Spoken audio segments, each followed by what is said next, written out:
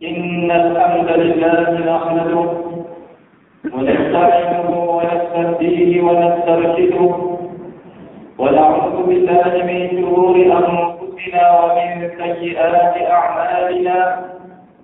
من يهد الله فلا مضل له ومن يضلل فلن تجد له وليا مرشدا.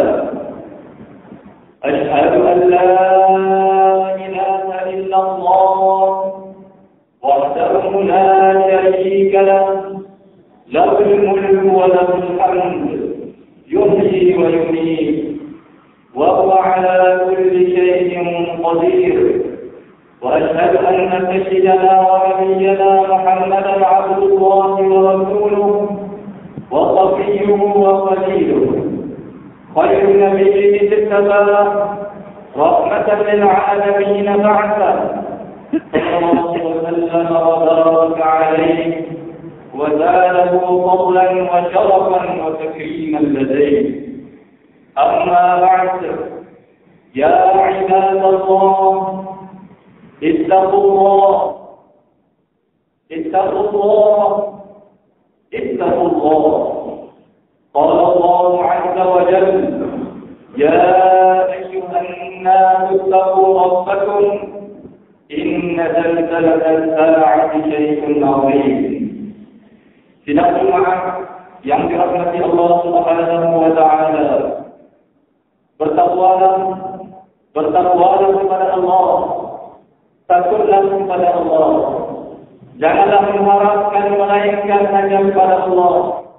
Janganlah gerun dan gentar hatimu melainkan hanya kepada Allah.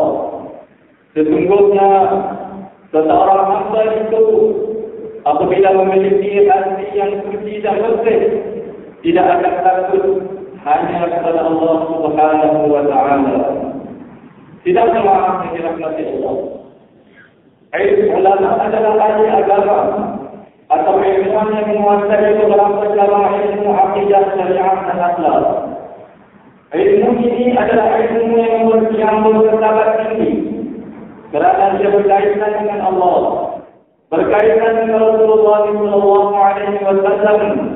Ada perkaitan dengan Al-Quran Al-Karim, kitab suci yang diturunkan kepada manusia. Islam kehidupan, ada kaitan dengan politik, budaya, ekonomi dan perkara-perkara yang besar yang lain. Ilmu ini akan menentukan nasib baik seseorang atau sebaliknya di dunia dan di akhirat kelak. Ilmu ini yang disebutkan sebagai al-ilm oleh Rasulullah sallallahu alaihi wasallam di dalam sabda kita, "Man yuridillahu bihi khairan yufaqihuhu fid-din." Sesiapa yang Allah menghendaki kepada kebaikan, nescaya Allah akan memberi kepadanya kefahaman yang mendalam di dalam agama. Hadis yang diriwayatkan oleh Bukhari dan Muslim daripada Sayyidina Muawiyah. Ilmu ini juga disebut sebagai al-hikmah. Seperti firman Allah dalam surah Al-Baqarah ayat 269, "A'udzu billahi minasy syaithanir rajim. Yu'til hikmata man yasha' wa man yu'tal hikmata faqad utiya khairan katsira." Dia memberikan hikmah setiap sahaja yang dikehendakinya. Dan barang siapa yang diberikan kepadanya hikmah, maka sesungguhnya dia telah dikurniakan satu pemberian yang amat besar.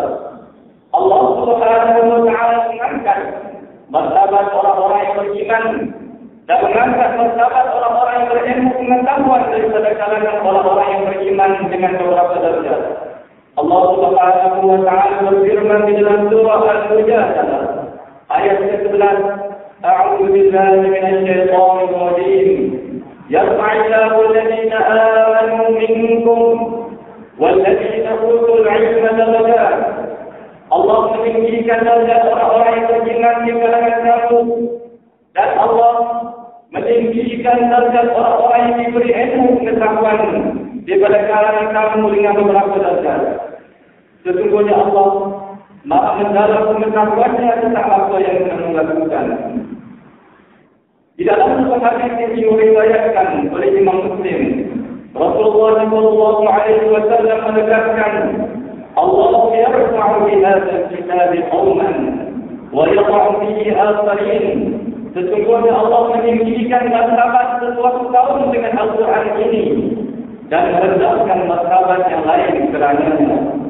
Ilmu inilah yang dinyatakan oleh Allah Subhanahu wa Ta'ala bahawa ianya akan dicabut daripada sesuatu kaum dengan cara dimatikan golongan alim ulama daripada kalangan mereka. Rasulullah sallallahu alaihi wasallam bersabda, إن الله لا يقبض العلم انتزاعا ينتزعه من قلوب العباد إنما يقبض العلم بقبض العلماء حتى إذا لم يبق عالما اتخذ الناس رؤوسا جهالا فأفتوا بغير علم فضلوا فسئلوا فأفتوا بغير علم فضلوا وأضلوا. Sesungguhnya Allah tidak akan mencabut ilmu agama ini daripada umat manusia dengan sekali rentut. Akan tetapi dia mencabut ilmu dengan mewafatkan para alim ulama. Sesungguhnya Allah tidak mencabut ilmu daripada dada-dada para ulama dengan sekaligus, tetapi Allah Subhanahu wa Ta'ala mencabut ilmu dengan mematikan mereka. Sehingga apabila tiada lagi seorang alim pun di muka bumi ini, lalu para manusia menjadikan orang-orang jahil sebagai pemimpin mereka, maka mereka apabila ditanya, yakni para pemimpin jahil itu, lalu mereka berani memberi fatwa tanpa ilmu, lalu mereka menjadi sesat dan menyesatkan orang lain. Tidak jemaah yang dirahmati Allah, apakah peranan ulama di dunia ini sehingga martabat mereka begitu tinggi? Apakah fungsi mereka sehingga mereka diangkat kedudukan di sisi Allah Subhanahu wa Ta'ala?